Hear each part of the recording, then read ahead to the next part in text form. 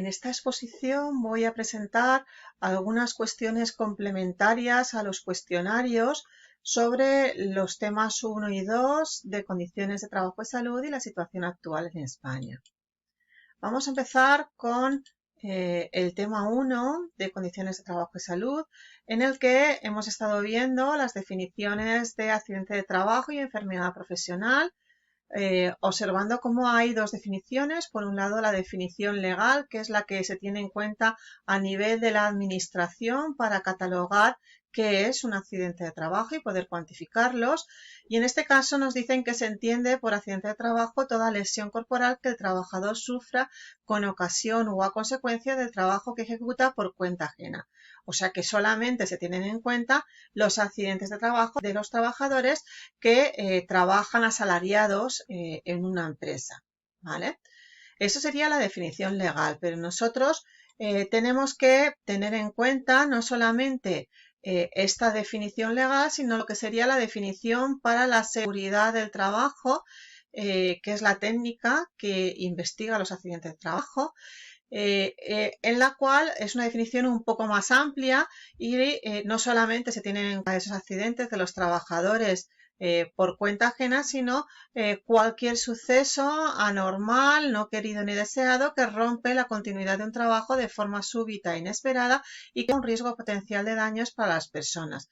El accidente es algo que normalmente sucede de forma muy rápida. Nosotros podemos estar caminando por el borde de un forjado con riesgo de caída de altura toda la vida y no caernos nunca, ¿vale? Por eso nos dice que es algo súbito, porque a pesar de que yo esté expuesto a ese riesgo durante mucho tiempo, no tiene por qué suceder el accidente, ¿vale?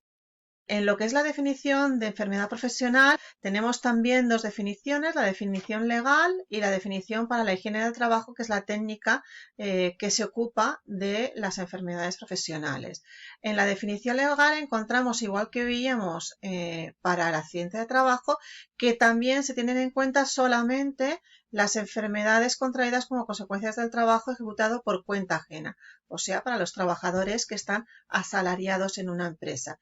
Y eso añade algo más, y es que solamente se entienden que son enfermedades profesionales cuando están catalogadas dentro de un cuadro de enfermedades profesionales que está dentro de la legislación correspondiente. Por lo tanto, hace falta que se den las dos cosas, que el trabajador esté asalariado en la empresa y que además la enfermedad esté catalogada dentro de ese cuadro de enfermedades profesionales.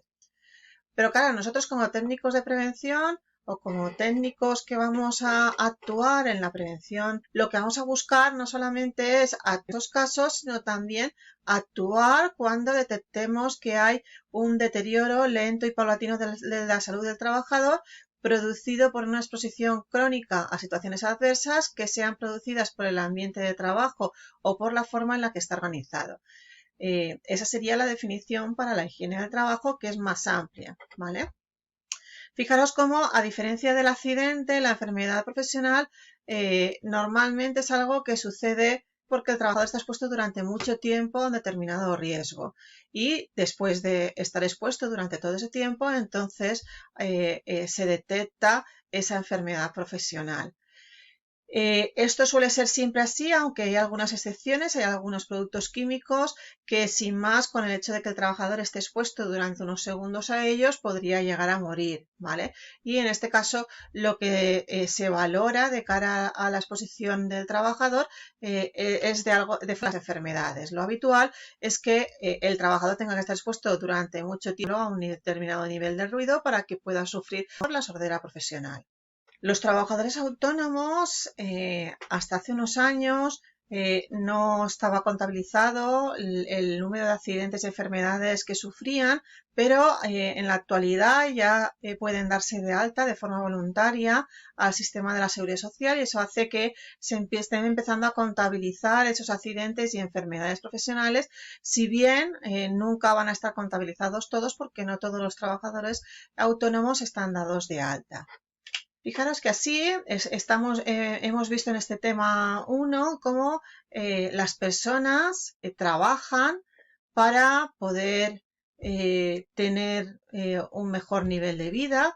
Eso va a afectar a su salud y va a hacer que tenga unos efectos positivos o negativos sobre su salud. La prevención es lo que vamos a utilizar para potenciar esos efectos positivos e intentar reducir esos efectos negativos. Esos riesgos que encontramos en el puesto de trabajo son debidos al tipo de ambiente al que está expuesto el trabajador y en función del tipo de ambiente en el que esté tendremos que el daño que puede sufrir es un accidente de trabajo o en estos casos una enfermedad profesional o una insatisfacción. Y todo ello acompañado de una posible fatiga o envejecimiento prematuro. Así, los factores de riesgo a los que puede estar expuesto el trabajador se pueden agrupar en las condiciones de seguridad de los equipos de trabajo y del espacio de trabajo, también del medio ambiente físico de trabajo, los contaminantes químicos y biológicos que puedan haber en el lugar de trabajo, la carga de trabajo y la organización del trabajo. Vamos a ver algunas cuestiones de algunos de ellos. En relación a los factores de riesgo, según las condiciones de seguridad, por ejemplo, de las herramientas, podríamos tener riesgo de golpes, cortes o proyecciones de partículas. En función de cómo sean las equipos, podríamos tener también riesgo de golpes, vientos o proyecciones. Podríamos también tener riesgo de contacto directo o indirecto. En función de cómo se haga la manipulación y el transporte, pues el trabajador podría sufrir pellizcos, aplastamientos o caída de cargas. Según cómo sea el espacio de trabajo, pues por ejemplo, si hay poco espacio para trabajar, pues podría sufrirse golpes o caídas o atrapamientos por vehículos. Y podrían haber también riesgo de incendios con posibles quemaduras o intoxicaciones. Bueno, ¿y qué factores de riesgo son los que se analizan en la técnica de prevención de la higiene industrial? Bueno, pues se analizan el medio físico de trabajo, los contaminantes químicos y los contaminantes biológicos. Así tenemos, por ejemplo, como el medio ambiente físico de trabajo puede haber presencia de ruido, vibraciones, condiciones termohigrométricas extremas de temperatura y humedad o presencia de radiaciones que de alguna forma puedan poder provocar una serie de enfermedades a los trabajadores. En función de la carga de trabajo podemos tener riesgos por una carga física, debido a los esfuerzos que se hacen, cómo es la postura o cómo son los movimientos de manipulación de cargas, y podría haber también una carga mental, en la que lo que tenemos es que en función de cómo sea la información que recibe el trabajador, su complejidad en la respuesta o el tiempo y capacidad individual, puede producirse ese riesgo de carga mental. Dentro de lo que es la carga física, hay un riesgo que tenemos presente muy a menudo, que es el riesgo de sobreesfuerzos. Y el riesgo de sobreesfuerzos va a ser el riesgo de sobretensión de cualquier parte del cuerpo. Por ejemplo, podemos tener una tendinitis en el hombro, en el codo, podríamos tener un esguince. Esos son los posibles daños que pueden derivarse de ese riesgo de sobreesfuerzos porque se sobretensiona una determinada parte del cuerpo al hacer algún movimiento. También tenemos como factores de riesgos debidos a la organización del trabajo, en función de cómo sea la jornada de trabajo, su ritmo, el tipo de comunicación que haya o el tipo de estilo de mando. Siempre si hay un estilo de mando en el que hay más participación de los trabajadores y pueden tener mayor iniciativa, eso va a ayudar a que el trabajador esté más a gusto en el trabajo y por lo tanto haya menos riesgos para el trabajador. Hay que tener en cuenta, de cara al análisis de las condiciones de trabajo, todos los factores de riesgos que hay presentes y su tiempo de exposición. Esto es algo que lo vamos a ver muy bien cuando hablemos, por ejemplo, del ruido, de productos químicos, como en función del tiempo de exposición, pues el riesgo puede ser mayor o menor. Pero de cara a analizar las condiciones de trabajo en un puesto de trabajo y los riesgos a los que está expuesto el trabajador, hay que tener en cuenta todos esos factores de riesgos. No se contabilizan de forma independiente, sino que contabilizarlo todo de forma conjunta. De cara a la identificación de los riesgos laborales, es importante identificar primero cuáles son las condiciones de trabajo, qué peligros o elementos peligrosos hay en el lugar de trabajo y luego poder determinar estos riesgos laborales que luego los vamos a calificar en función de la posibilidad de que ese riesgo se materialice y en función de la severidad del daño en caso de que ocurra el accidente, ¿no? Y en función de los riesgos, pues el trabajador podrá sufrir también una serie de daños. Esto es lo que vamos a hacer luego en el trabajo 3 de la asignatura, ¿vale? Aunque ahora luego volveremos a remarcar algunas de esas cuestiones. De cara a lo que es la descripción de los riesgos, es importante siempre identificar primero de todo lo que es el riesgo, que en la mayor parte de los casos es diferente al daño, ¿vale? No hablamos, por ejemplo, de laceración en los ojos, sino de proyección de partículas en los ojos, ¿vale? Luego hay que nombrar brevemente la parte del cuerpo o partes del cuerpo que puedan haberse afectadas. Por ejemplo, hemos dicho proyección de partículas en los ojos. Y brevemente hay que nombrar la causa o causas del mismo, teniendo en cuenta que si tenemos que hay muchas causas, se pueden poner subapartados en ese riesgo, ¿vale? Por ejemplo, escribir los riesgos, nosotros no lo vamos a hacer por partes, sino lo que haremos será nombrarlo en una frase hecha, incluyendo todos esos elementos. Y les pondremos delante siempre pues, un puntito o un guión para marcar cada uno de esos riesgos. Y diríamos, por ejemplo, corten las manos por disco de corte de la sierra o por las aristas cortantes de las piezas cortadas. Caídas de personas al mismo nivel por tropiezo con materiales en la planta baja y las plantas por las que circula o en la escalera de acceso. O si tenemos un riesgo que tiene varias causas, pues pondríamos caída de personas a distinto nivel, se puede dar ese riesgo, ¿vale? Con esos subapartados.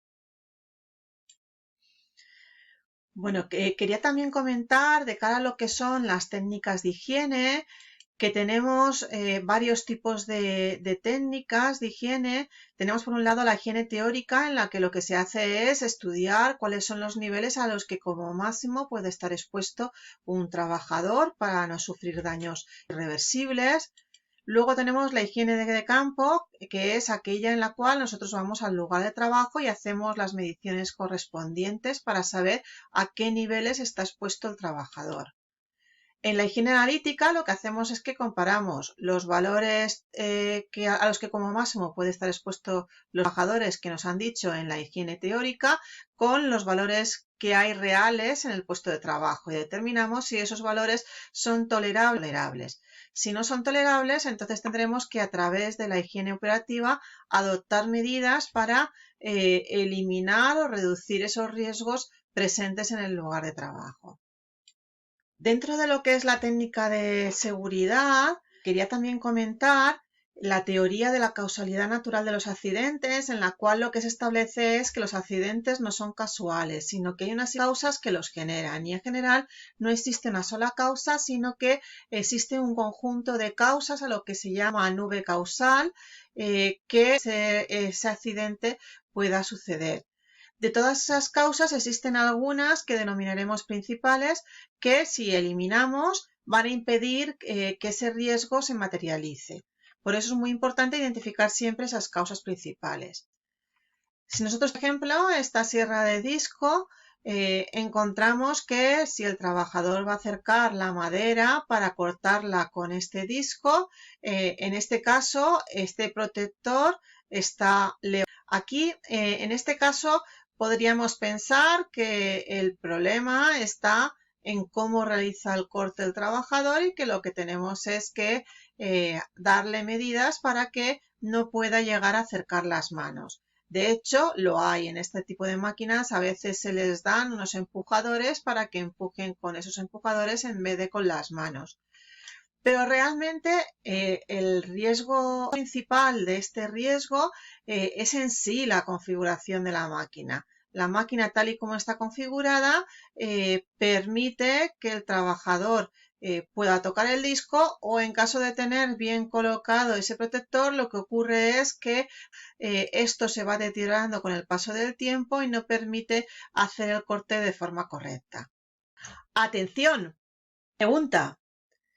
Contestad en el aula virtual a estas dos preguntas.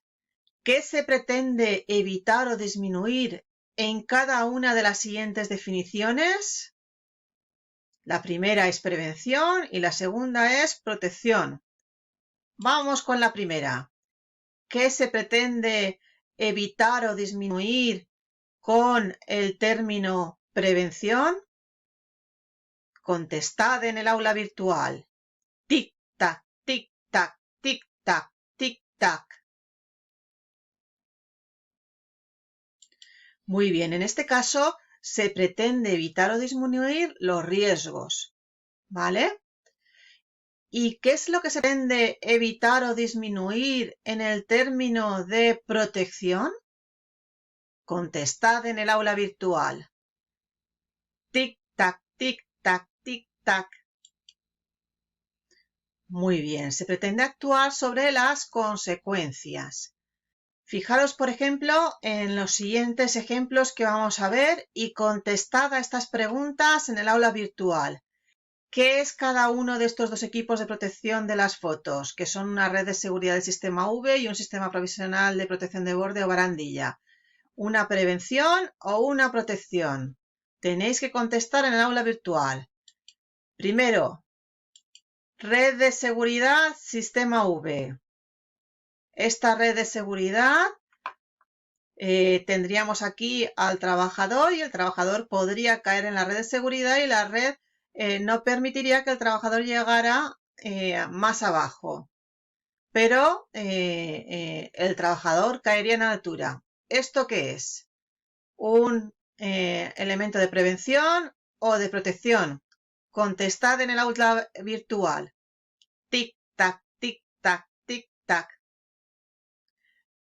Muy bien. En este caso sería un elemento de protección porque actúa sobre las consecuencias, hace que las consecuencias sean más pequeñas porque no va a caer a tanta altura y además va a caer sobre un elemento relativamente flexible, pero puede aún así sufrir daños, ¿vale?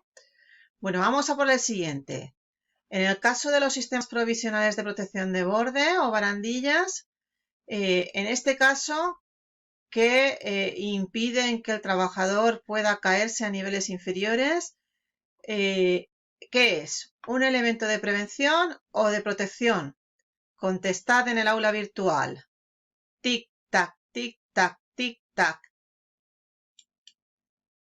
Muy bien, sería un elemento de prevención porque actúa sobre el riesgo, ¿vale?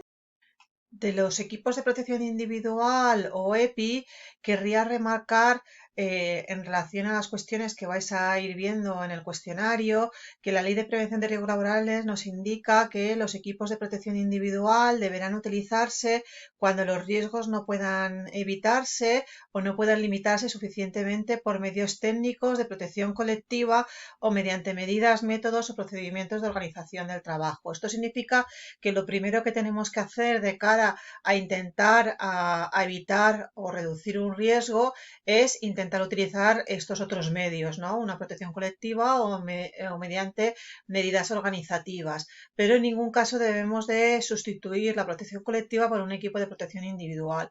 Uno de los casos que a menudo se da, por ejemplo, es en las cubiertas inclinadas, querer sustituir una protección colectiva por el uso de un equipo de protección individual. En este caso, por ejemplo, se ha puesto una línea de anclaje horizontal y el trabajador está sujeto a esa línea de anclaje horizontal.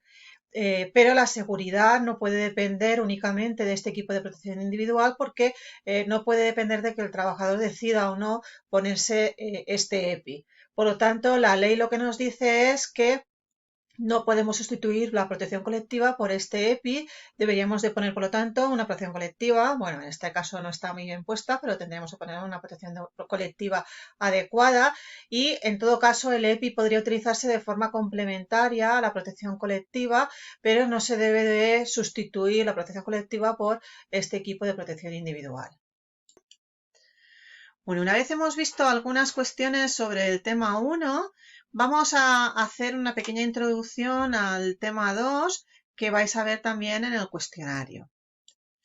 Bueno, fijaros que tenemos que Goya tiene este cuadro del albañil herido en el cual vemos a estos dos trabajadores apesadumbrados porque su compañero se ha accidentado.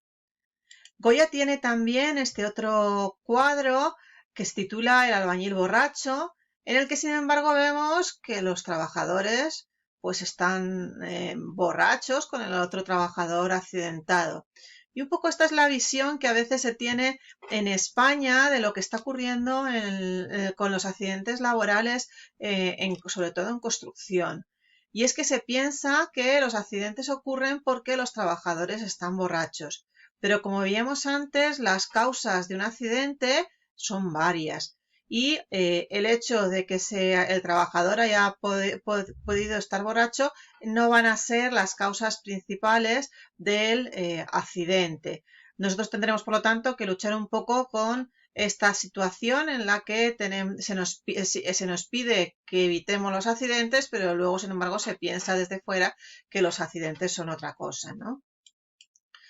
Bueno, así tenemos nuestra empresa en la cual el trabajador va a estar expuesto a una serie de riesgos y le podrían provocar unos daños que hemos visto que pueden ser accidentes de trabajo y enfermedades profesionales. Esos daños, para evitarlos, se van a adoptar medidas de prevención y medidas de reparación para que cuando haya sucedido el accidente el trabajador sea atendido adecuadamente. A nivel de Estado, lo que se hace es, por un lado, adoptar los convenios que se aprueban por la Organización Internacional del Trabajo y, de la misma forma, también de acuerdo con la Unión Europea, van transponiendo a su legislación las directivas que se van aprobando a nivel de la Unión Europea. Y toda esta legislación que se elabora a nivel de Estado es para poder llevar a cabo estas medidas de prevención para evitar que los daños sucedan y, por otro lado, para que se adopten medidas de reparación para que en caso de que sucedan se atienda al trabajador. Y, por otro lado, determina también una serie de organismos de control para controlar que se lleva a cabo la prevención y para que se controlar también que se lleva a cabo esa reparación. Y además hay un nivel de asesoramiento por parte de la administración, tanto a las empresas como a la propia administración. Bueno, así la legislación de seguridad y salud laboral aplicable tiene, por un lado, un marco legislativo en el cual se enmarcan algunas cuestiones sobre seguridad y salud laboral.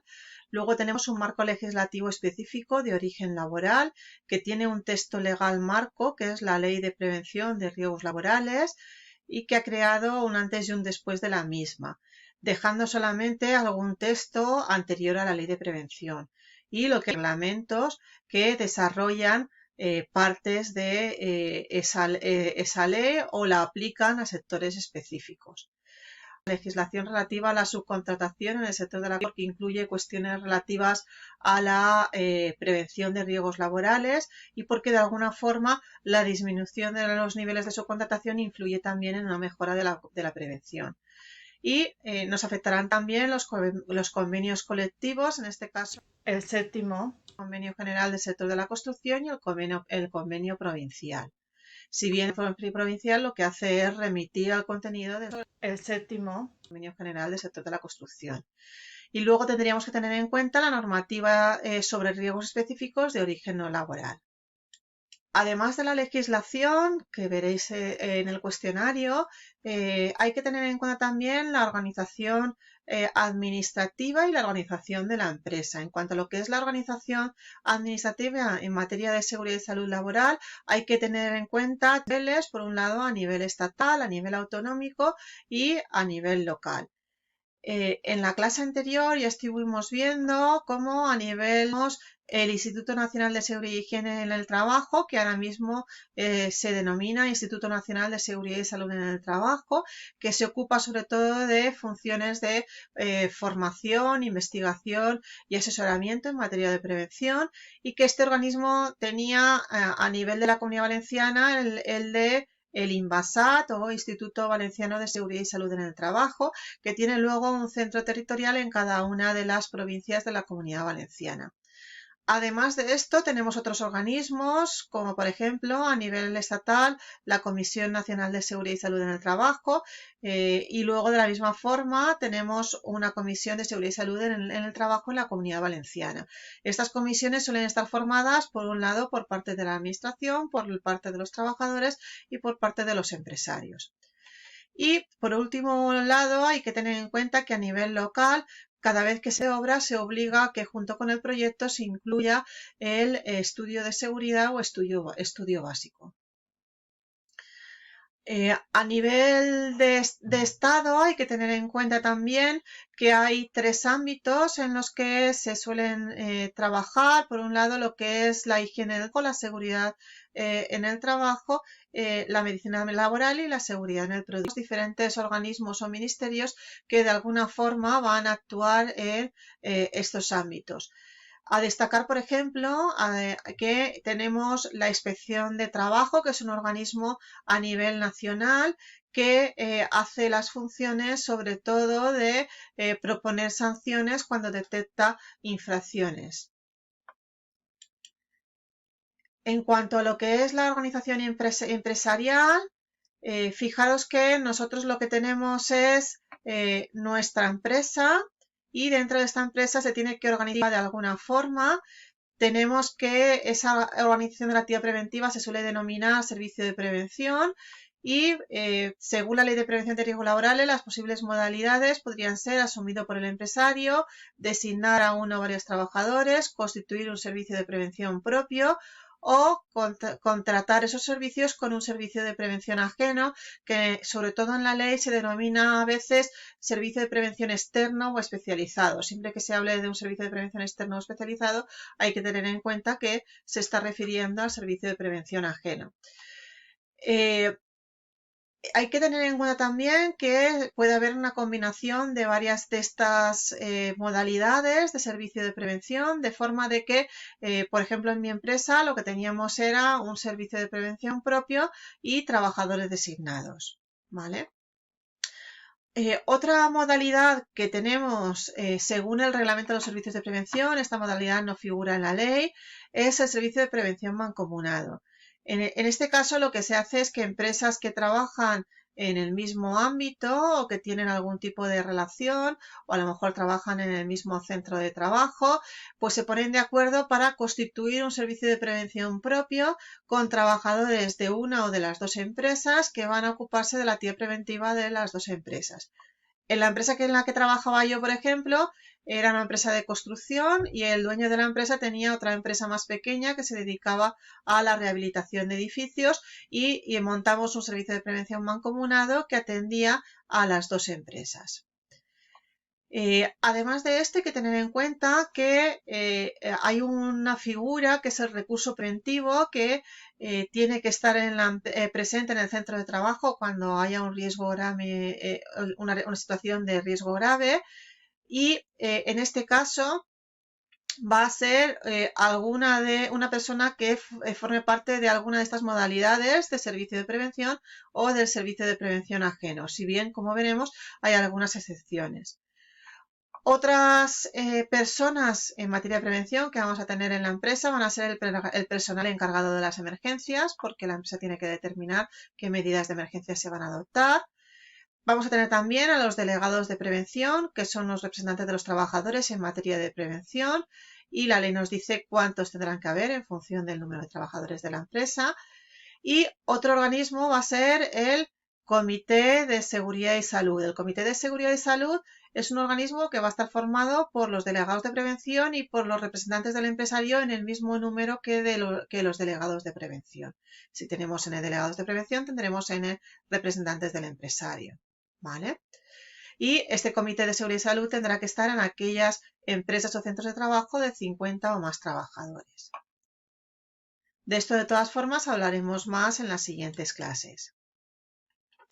Otro organismo que tenemos son las mutuas colaboradoras de la Seguridad Social, que antes se llamaban mutuas de accidentes de trabajo y enfermedades profesionales, que son asociaciones sin ánimo de lucro que lo que hacen es que colaboran en la gestión de la seguridad social de cara a lo que son la gestión de las prestaciones económicas y la asistencia sanitaria cuando hay un accidente de trabajo o una enfermedad profesional, ¿vale? Y además tiene otra serie de funciones que en los últimos años se les han ido añadiendo.